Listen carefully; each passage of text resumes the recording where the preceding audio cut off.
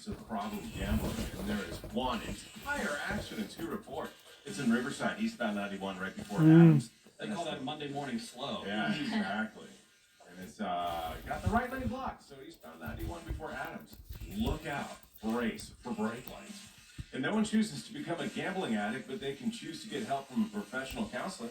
To learn more about no-cost confidential help for problem gambling, call 1-800-GAMBLER, brought to you by the California Department of Public Health, Office of Problem Gambling.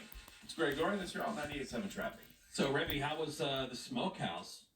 Going today on my actual birthday. I thought it was this weekend. Going today. Oh, okay. Revy's been dying to go I'm to. excited about it. It's like nothing I ever really considered. Like, oh yeah, the smokehouse is just, up the street. It's a legendary spot right across the street from the Warner Brothers lot. And they'll tell you on that tour that George Clooney ate there every day. Yeah, and he named his production company after it.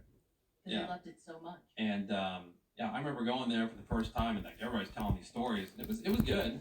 Yeah. That cheese breads. It's fine. It's really good. We have a lot of listeners that work there. Yeah.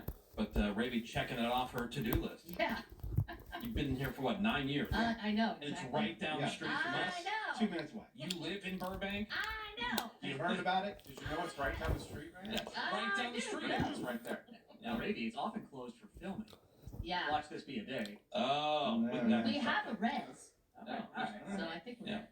877-44 Woody, if you're calling in this morning, get us over that text over to 22987. Chance to get on the guest list for the Woody Show After Hours Takeover coming up this hour at 5:50. Hello, Cavaliers. And time for a headline closer to home here in the state of California. Well, the deal was finally reached between the LAUSD and union leaders that represent bus drivers and custodians and other support staff after that 3-day strike that shut down all LAUSD schools from last Tuesday through Thursday.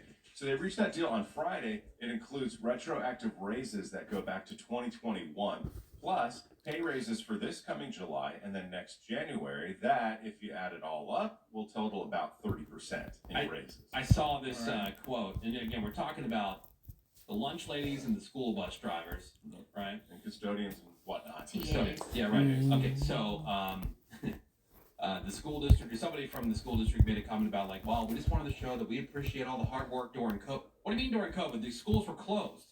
You weren't serving lunches. You weren't busing the kids to school. It was easy work. Like, what were you doing in that time?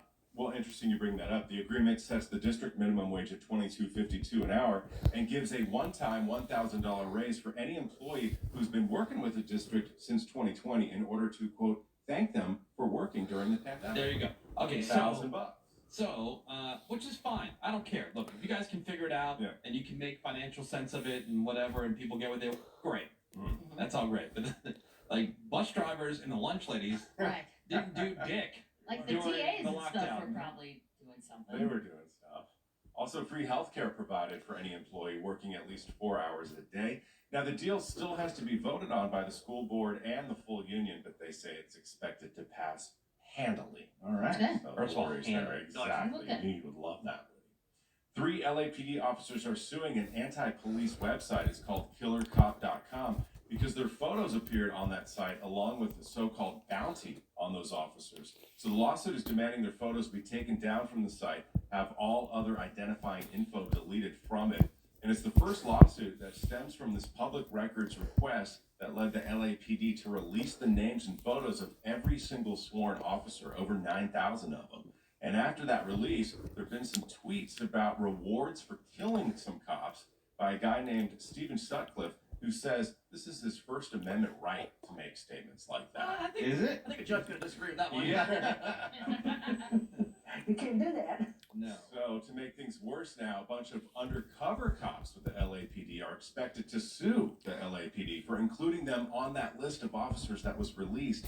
They say these types of threats, along with their photos being shared online, have led to emotional distress. Okay. Afro Man's going through some case like Did you see that? Yeah, that he put some. So his house images got of raided because they said that he had like narcotics or whatever. And so he had video from his security cameras outside, inside, the whole thing. They found nothing. They took off with a bunch of his stuff. Right. Yeah. And so he made a song about it and used the video from the raid in the music video for it. And the cops are all mad about it. And now they're suing him. And they're suing him. They're like, hey man, you found nothing. Like, they kept eyeing up this lemon cake that he had on the counter, and going through like CDs, just like looking through his collection. Yeah. Are you here for drugs or look through his collection of stuff? Check out his stuff. Yeah.